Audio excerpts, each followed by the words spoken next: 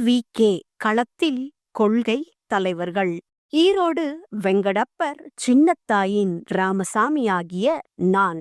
ஜாதிகள் இல்லையடி பாப்பா, குலத்தாழ்ச்சி உயர்ச்சி சொல்லல் பாவம் என்று பாடிய நம் பாரதியின் எழுத்துக்கள் செதுக்கிய வரிகளை தன் வாழ்நாள் முழுவதும் ஒவ்வொரு மனிதனிடமும் கொண்டு சேர்க்கும் ஒலிபெருக்கியாக ஓய்வின்றி பயணித்தது பெரியாரின் பாதங்கள். மனித வாழ்க்கை என்ற இயக்கத்திற்கு காரணமே குடும்பம்தான் என்ற உயிருள்ள விரிவாக்கம் தருவது எதுவெனில் அதில் இணைப்பு நிறைந்த பிணைப்பாகி இருக்கும் நம் தாய் தந்தை, சகோதரன், சகோதரி, சொந்த பந்தம் மற்றும் நண்பர்களாகிய இவர்கள்தான். அதுபோலதான் அரசியல் என்ற மக்களின் அதிகாரம் பெற்ற ஆளுமையின் சீரிய பொறுப்புதான் கட்சிகள். அத்தகைய கட்சிகளுக்கு உயிருள்ள விரிவாக்கம் தருவது எதுவெனில் தாங்கள் ஏற்றுக்கொண்டுள்ள கொள்கை தலைவர்கள்தான். கொள்கை தலைவர்கள் இல்லாத பயணம் எப்படி இருக்குமெனில் தண்டவாளம் இல்லாத தொடர்வண்டியின் ஓட்டம் போன்றதாகும். தமிழக வெற்றி கழகத்தின் கொள்கை தலைவர்களாகிய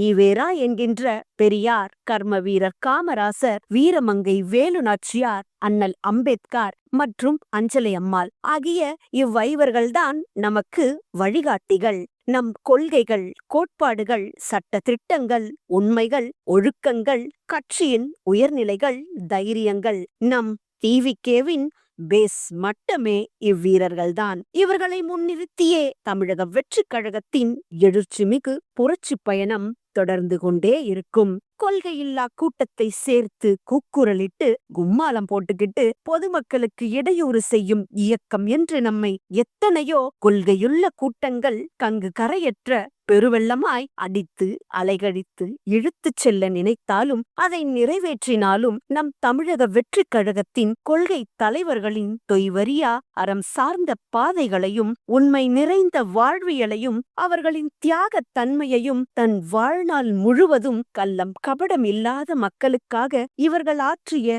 அசாதாரண சேவையையும் நாம் அறிந்து கொள்வதோடு நில்லாமல் மக்களிடையே ஆழமாக பதிய செய்தும் கூடவே நம்ம குழந்தைகளுக்கும் இம்மா மனிதர்களை பற்றி புரிய வைக்கணும். இதுவே டிவிகேவின் உண்மையான விசுவாசம் நிறைந்த உறுப்பினராகிய நம் ஒவ்வொருவரின் தலையான கடமையாகும். நம் சிறையிருப்பை உடைத்து நமக்கு சிறகுகள் அளித்தவர்களை தங்கள் கட்சியின் கொள்கை தலைவர்களாக கிட்டத்தட்ட 3/4 நூற்றாண்டுகளுக்கு மேல் கொண்ட கட்சியினர்கள் இன்னும் சற்று தெளிவாக புரியும் வண்ணம் சொல்ல வேண்டுமெனில், கொள்கை இல்லாத கூட்டங்கள் என்று நம்மை மேடைக்கு மேடை போட்டு பேசுகின்றோர் இந்நாள் வரையில் கூண்டு சிறையிட்டுத்தான் அவர்களின் திருவுருவச் சிலைகளை பாதுகாக்கின்றனர். இது எத்தகையதொரு அவல நிலை நம் தாய் தமிழகத்திற்கு! பாருங்கள், நமக்காக போராடி போராடி நம்மாலே வீழ்த்தப்பட்ட மனிதர்களில் நம் பெரியார் அவர்களே முதன்மையானவர். அறியாமை என்னும் ஆழ்ந்த இருளில் மூழ்கி கிடந்த நம்மை உலகம் என்பது ஒப்பற்ற ஒரு மாளிகை. அதில் மனுஷனுக்கு மனுஷன் ஒற்றுமையாகவும் உதவிகரமாகவும் இருக்க வேண்டும் என்றும் ஏற்ற தாழ்வென்பது எதிர்ச்சொல்லாக மட்டும் பயன்படுத்தினால் போதும், நடைமுறைக்கு வேண்டாம் என்றும் தங்களின் உயிரை கூட துச்சமென எண்ணி மக்களுக்காக வாதித்தவர்களுக்கே அவர்களின் திருவுருவ சிலைக்கு சிறையிட்டுத்தான் மாலை மரியாதை செய்யும் நிலைமை என்றால் நன்கு யோசித்துப் பாருங்கள். அவர்களுடைய கொள்கைகள், மனித சமுதாயத்திற்கு அவர்கள் ஆற்றிய அர்ப்பணிப்புகள், சமூக சிந்தனைகள் என்னென்ன என்று மக்களுக்கு சரியான முறையில் விளக்கிச் சொல்லவும் உள்ளார்ந்து உணர வைக்கவும் தவறிவிட்டார்கள் என்றுதானே அர்த்தமாகுகிறது. ஒரு உதாரணத்திற்கு, இதுவே பெரியார் அவர்கள் தமிழ்நாட்டில் இல்லாமல் வேறேதோ ஒரு மாநிலத்தில் இருந்திருந்தால், நமக்காக வாதிட்ட குரல்களை அங்கே கொடுத்திருந்தால், அங்குள்ள மக்களோ அல்லது அவரை கொள்கை தலைவராக ஏற்றுக்கொண்ட கட்சியினரோ என்னென்ன சொல்லியிருப்பாங்க தெரியுமா? இந்த பெரியாரையா நம்ம சுயமரியாதையோடும் எல்லாரும் சமம்னோ, யாருக்கும் யாரும் அடிமை இல்லனோ, இந்த சமூகம் நமக்கு பூட்டிய கைவிலங்கை உடைத்தவர்னோ, நமக்கு விதிக்கப்படாத விதிகளை வீதியில் எரிய வந்தவர்னோ சொல்லாம இருந்திருப்பாங்களா? இந்த உயிருள்ள உண்மைகளை நினைத்து நினைத்து தினம் தினம் சல்யூட் அடித்திருப்பார்கள் இல்லையா? இத்தகையவர்களை மீறி எப்படி ஒரு வன்மம் நிறைந்த அந்நியர்களின் ஆதிக்கம் திரு பெரியார் அவர்களின் திருவுருவச் சிலையை தாக்கக்கூடும்? ஒரு 598 அடியில் சிறையே போட முடியாத அளவிற்கு சிலை வைத்திருக்க மாட்டார்கள் யோசியுங்கள்.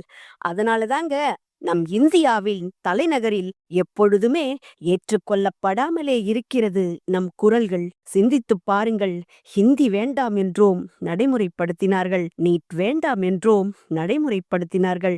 தற்பொழுது SIR என்னும் வாக்காளர் பட்டியலை சிறப்பு தீவிர திருத்தம் என்ற பெயரில் அதன் உண்மை தன்மையை அழிக்கிறார்கள்.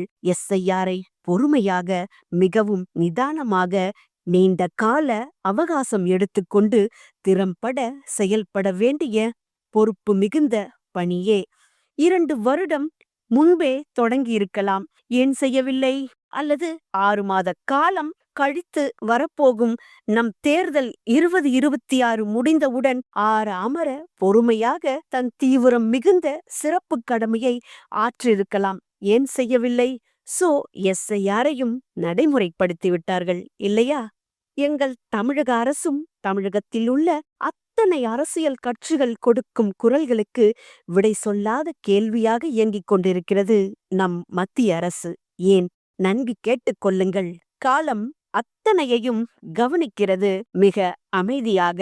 உலகமே வியந்த மனிதர்களில் தாய் தமிழ்நாட்டில் வாழ்ந்த நம் வெங்கடப்பர் சின்னத்தாயின் ராமசாமி ஆகிய பெரியாரின் பெயரை கேட்டு மத்திய அரசே அலறிய தருணங்களை இன்னமும் நாங்கள் மறக்கவில்லை. பெரியாரை வசைபாடும் முறைகள் காலத்திற்கேற்ப மக்களிடையே மாற்றம் கொண்டுள்ளதே தவிர அவர் சொன்ன உண்மைகள் குறித்த உள்ளார்ந்த கருத்துக்களை காலத்திற்கேற்ப நவீன முறையில் மக்களிடையே எடுத்துச் செல்ல முடியவில்லை. எடுத்துரைக்கலாம் என்றாலும் கேட்க யாரும் முன்வருவதும் இல்லை. அவரின் குற்றம் குறைகள் என்ன என்ன என்ன என்று தேடி தேடி கண்டுபிடித்து 2.5 நூற்றாண்டிற்கும் மேல் திட்டிக்கிட்டோம். அவரை தவறாக ப்ரொஜெக்ட் செய்து பேசிக்கிட்டோம். அதை பிறருக்கு பகிர்ந்து கொண்டுதான் இருக்கோமே தவிர வேற எதுவுமே தெரியாது பெரியார் அவர்களை பற்றி. இதுதான் நிதர்சனமான உண்மை. மறைக்கப்படவில்லை. பெரியார் மறுக்கப்படுகிறார். நம் தமிழக வெற்றி கழகத்தின் மூலம் கூண்டுச் சிறைகள் உடைக்கப்பட்டு கம்பீர தோற்றத்துடன் சிறை கம்பிக்குள் இருந்து விடுதலையாகி வெற்றி வாகை சூடிய பெரியாராக காணப்போகிறோம். TVKவின் கொள்கை தலைவர்களுள் ஒருவராகிய பெரியார் அவர்களை மக்களிடம் மீண்டும் கொண்டு போய் சேர்க்க வேண்டும். சின்ன குழந்தைகள் முதல் பெரியவர்கள் வரை மறைக்கப்படும் பெரியார் அவர்களின் உண்மை வரலாற்றை புரிய வைக்கணும். நம் தமிழக வெற்றி கழகத்தின் மூலம் மக்களின் பிரச்சனைகளுக்காக நாம் போராடும் போராட்டங்கள் அத்தனையையும் பெரியாரை போன்று மன உறுதியுடனும் தைரியத்துடனும் யாரை கண்டும் அஞ்சா நெஞ்சுடனும் இருக்க வேண்டும். அதுவே நம் கொள்கை தலைவர்களுக்கு நாம் கொடுக்கும் பணிவு நிறைந்த மரியாதையாகும்.